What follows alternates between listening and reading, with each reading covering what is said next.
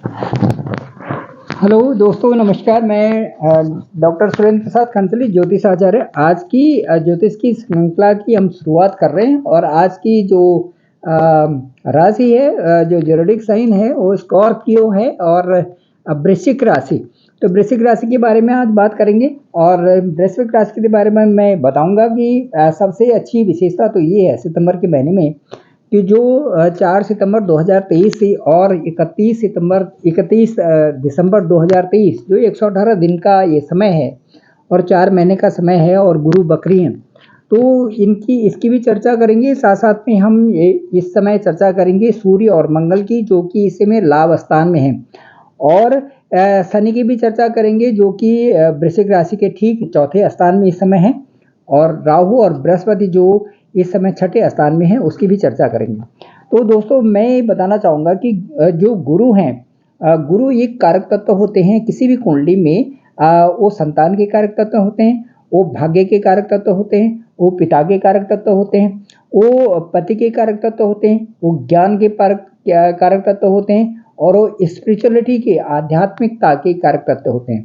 तो पिता का तो इसलिए कह रहा हूँ मैं कि जो ज्ञान है वो पिता से भी आता है। वैसे सूर्य हम पिता का कारक मानते हैं, लेकिन क्योंकि ज्ञान के हिसाब से हम बृहस्पति को भी ये जान सकते हैं कि जो एक वरद हस्त होता है, जो एक आशीर्वाद होता है, उस रूप में बृहस्पति भी एक पिता के समान यहाँ पर कार्य करते हैं। अब मैं ये बताऊंगा कि जो बकरी है, अवस्था जो बकरी होती है, 4 सितंबर से गुरु बकरी हो गए। बकरी अवस्था क्या होती है दोस्तों? मैं ये बताना चाहूँगा कि बकरी अवस्था का मतलब ये है कि जो जब सूर्य के चारों तरफ जो प्लेनेट अपना चक्कर लगाते हैं, तो उसमें डिग्री वाइज जो उनकी स्थिति होती है, उसमें क्या होता है कि वो अधिकतम दूरी जब सूर्य से बना लेते हैं, तो उसके बाद वो एक कर्व की तरह, कर्व शेप में वो स्लो मोशन उनका हो जाता है। उसे हम कहते हैं बकरी। तो बकरी में ये होता है कि एक राशि पीछे का भी वो अपना परिणाम देने लगते हैं। और वो बकरी जब ग्रह होता है, तो उसके उसके जो नतीजे होते हैं, कुछ डिफरेंट नतीजे आने शुरू हो जाते हैं। तो मैं ये कहना चाहूँगा कि इस समय विद्यार्थियों के लिए तो बहुत अच्छा समय है। गुरु का बकरी होना विद्यार्थियों के लिए अच्छा है।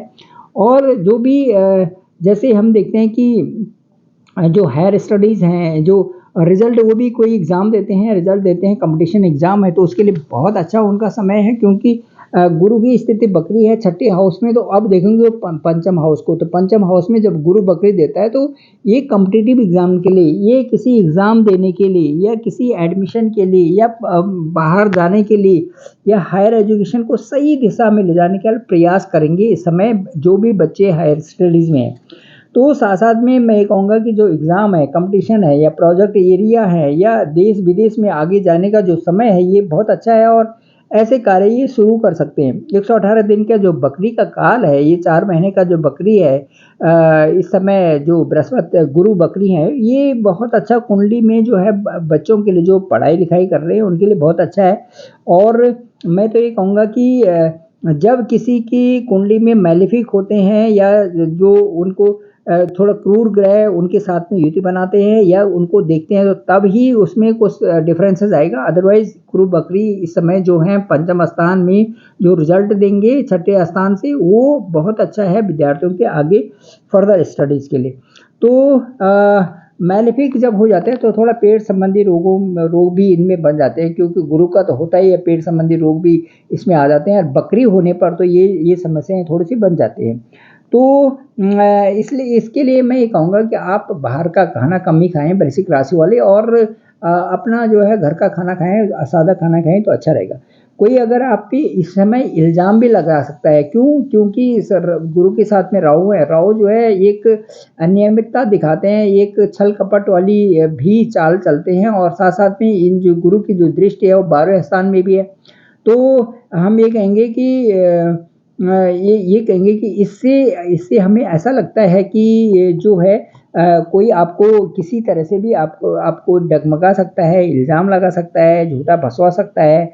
या आपकी आपकी राशि का मंगल भी स्वामी है, और मंगल की जो दृष्टि हम देखेंगे, मंगल की दृष्टि देखेंगे हम, तो यहाँ पे अष्टम दृष्टि यहाँ पर पड़ती है। तो जहाँ पर गुरु बकरी हैं, वहाँ पर मंगल की भी अष्टम दृष्टि है, राहु भी वहाँ पर बैठे हुए हैं। तो ये सारी चीज़ें छल और दूसरा से क्रूर ग्रह का जो वहाँ पर दृष्टि पड़ना, वो सब थोड़ा-सा इस समय ऐसी स्थिति आ सकती है कि वहाँ पर आप सोच समझ कर के काम लें और किसी दूसरे के उसमें आकर के कहीं भी उलझे नहीं। तो मैं ये बताता हूँ कि अब जो छठा स्थान होता है, ये लोन संबंधी होता है, ये ऋण संबंधी होता है, ये शत्रु संबंधी होता है, ये रिश्ते नातेदारी संबंधी होता है और जिसने छठे भाव को साध लिया, तो मैं कहता हूँ कि उसने तो दुनिया ही साध ली, क्योंकि यदि उस पर ऋण नहीं है, किसी प्रकार से शत्रु भी उसके नहीं है, या उसके जितने भी उसके रिश्तेदार है वगैरह हैं, ये सब उसको अच्छी दृष्टि से देखते हैं और अच्छा सब उनके साथ में व्यवहार है, तो आधी दुनिया तो वैसे ही नप गई और उसके बाद रह क्या गया? उसके बाद तो कुछ नहीं रह गया। बड़े बड़े आसानी से यदि उसके पास सारी चीज़ें हैं और गुज़र बसर करने के लिए सब कुछ है और अच्छी अच्छी उसकी तरक्की हो रही, तो बाकी और क्या चाहिए? तो ये इस समय जो ये स्कॉर्पियो का ये छठे भाव में बृहस्पति, जो वृश्चिक राशि का छठे भाव में जो राहु और बृहस्पति बैठे हुए हैं, बकरी होकर के जो बृहस्पति है, उसके लिए मैं कहूँगा कि वो इस समय कोई खर्चे में कुछ ऐसा खर्चा ना करे कि जहाँ उन्हें नहीं करना हो और वहाँ ज़्यादा खर्चा कर दें। तो ये कर्जे में आने वाली संभावना इस समय बन सकती है। लोन वहीं पर लें जहाँ जहाँ के बहुत उचित है, अदरवाइज़ लोन लेने की ज़रूरत नहीं है, क्योंकि वहाँ से 12वाँ भाव भी खर्चे का है और वहाँ पर दृष्टि है। सातवीं जो दृष्टि है राहु की और बृहस्पति की, वो सीधे 12वां भाव होता है खर्चे का, तो इसलिए वहाँ पर भी दृष्टि है, तो कुछ ऐसा खर्चा ना करें जो कि ज़रूरत ना हो और वहाँ आपका पैसा रुक जाए। कई बार ऐसा होता है लोग कि कई फ्लैट के चक्कर में, ज़मीन के चक्कर में, दूसरे चक्कर में कहीं पर जाकर के वो ले लेते हैं। अब वो किसी काम का नहीं होता, क्योंकि वो बहुत दूर-दराज का हो जाता है और वहाँ पर क्या होता है कि उसकी ना तो आप देख ढंग से देख-रेख कर सकते हैं, ना वहाँ पर किराएदार रख सकते हैं, ना वहाँ पर उसको सेल ही कर सकते हैं, क्योंकि सेल होने की उसमें रहता नहीं, जितने में आपने लिया उतने में वो बिकता नहीं। तो वो कई सालों तक और वो आपके ऊपर एक लायबिलिटी बन के रह जाता है। तो इस तरह से खर्चा ना करें कि जो कहीं पर भी ये पैसा आपका फँस जाए। अब मैं ये कहना चाहूँगा कि आपके जो ये, क्योंकि जो दूसरा स्थान है वो उसमें 9 अंक है, 9 अंक होता है बृहस्पति, और बृहस्पति बकरी बैठे हुए हैं छठे स्थान में। तो इसका थोड़ा-सा ही प्रभाव हो सकता है, मुँह पे प्रभाव हो सकता है या दाँतों में प्रभाव हो सकता है, इस तरह से कुछ प्रभाव वहाँ पर ये भी बन सकता है और वहाँ पर मंगल की दृष्टि है, 1, 2, 3, 4 चौथी दृष्टि वहाँ पर मंगल की है। तो इसलिए थोड़ा-सा अपनी जो है अपना ध्यान रखें और यदि आप ध्यान रखते हैं तो कोई ऐसी समस्या नहीं है। अब मैं ये कहूँगा कि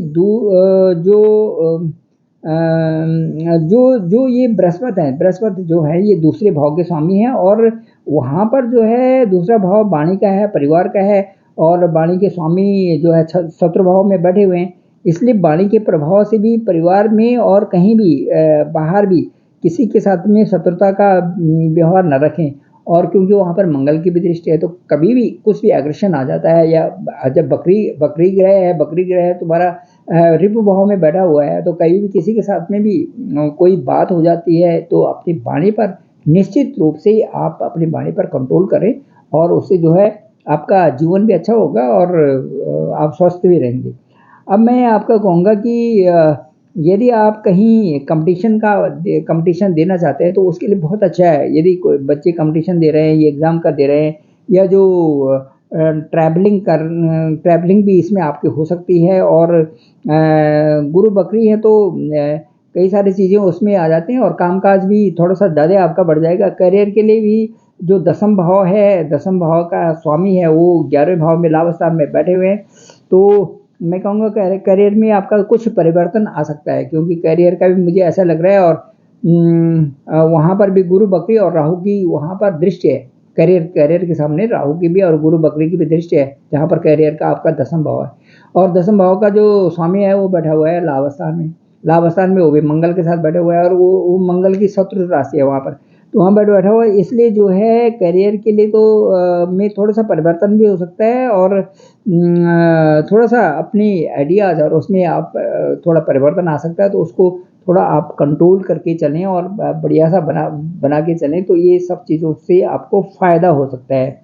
अब दोस्तों मैं कहूँगा कि जो यहाँ पर ये जो आपका मंगल और सूर्य इस समय लाभ स्थान में या शत्रु भाव में है, तो थोड़ा-सा इनकी दृष्टि जहाँ-जहाँ पर है, जैसे इसका सेकंड भाव में है, तो वहाँ पर आपको थोड़ा-सा मिजाज ठीक रखना पड़ेगा, वाणी का बोलने का ढंग ठीक रखना पड़ेगा और और जो जैसे आपके पंचम स्थान में भी मंगल की दृष्टि है वहाँ से, तो मंगल स्थान में पंचम की दृष्टि है, तो आपको यदि कोई किसी तरह से कोई उलझन में डाले तो उसमें आपको नहीं पड़ना।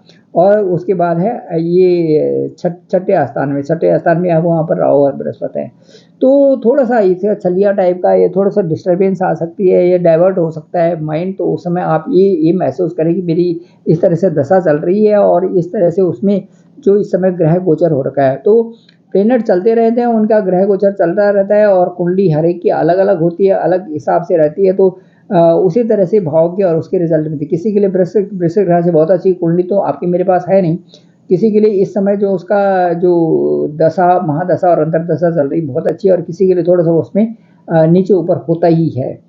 तो क्योंकि सबके लगन अलग अलग होते हैं और कुंडली सबकी अलग ही बनती है, तो उसी इसलिए तो दोस्तों मैं कहूँगा कि सबसे अच्छी बात है कि अपने इष्ट देवता का ध्यान करें और ज़्यादा करके भगवती दुर्गा के मंत्रों का आप जाप करते रहें, माता को आप सर्वश्रेष्ठ मानें, क्योंकि जो शक्ति हमारे अंदर जो ये चल रही है, जो ये शक्ति जो सब कुछ है हमारे अंदर, ये सब वही भगवती का वही शक्ति है जो कि हमें चला रही है, और वो नहीं है तो कुछ भी नहीं है। तो सबसे पहले आप माता का जो है नाम लेते रहें, बार बार सिमरन करते रहें, तो इसलिए हमारी बुद्धि विवेक को वही शीतल करेगी। जहाँ पर हमें कोई चीज़ की जरूरत है तो वो वही ठीक करती है और वही बचाती है और वही सब कुछ कराती है। दूसरा बहुत सरल है और बहुत अच्छा है कि हनुमान चालीसा का जब आप पढ़ते रहें, हनुमान चालीसा पढ़ते रहें, और किसी भी काम को कहते हैं प्रवचन नगर कीजिए सब काजा, हृदय राग कौशल पुरजारा, ये बहुत अच्छी बात है।